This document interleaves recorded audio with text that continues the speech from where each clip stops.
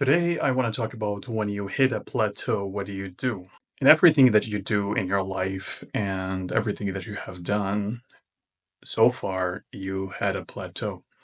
And for example, when you are on an island, if you have seen the movie Castaway, when he wants to leave the island, he actually suffers a little bit at the beginning and then first of all, he goes really nice and then he suffers at some point, and then later on, he gets really fast or gets out of this zone, let's say.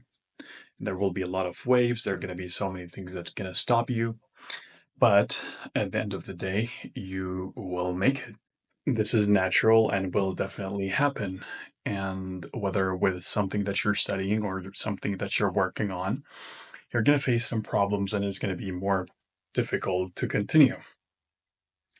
And this is also known as the dip. When you're basically learning something, for example, and you reach a certain point, and then after some time you stop learning or you even go backwards. This is exactly the dip, and it is better not to be sad or frustrated or whatever. It's just important to realize that it's a dip, and then later on you're gonna pass it.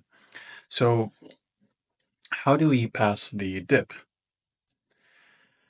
First of all, you need to identify the dip. And but how to do that is by just simply noticing when you stop progressing. Not after a very long time, but it should be after a very short period, maybe a week or two at max. Now, after you realize that it's a dip, what do you do? Now we go for the mitigation, which is the process of fixing the dip. How do we do that? Is by changing the process of what we're doing right now.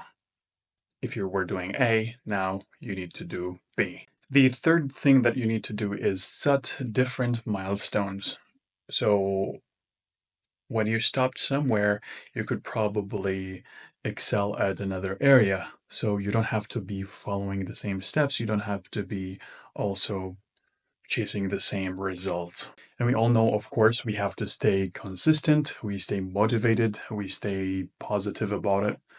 We don't need to be feeling any negative feelings because that's not going to get us anywhere. The last two steps are the most important. The first last step, let's say, is rest, which is very, very important.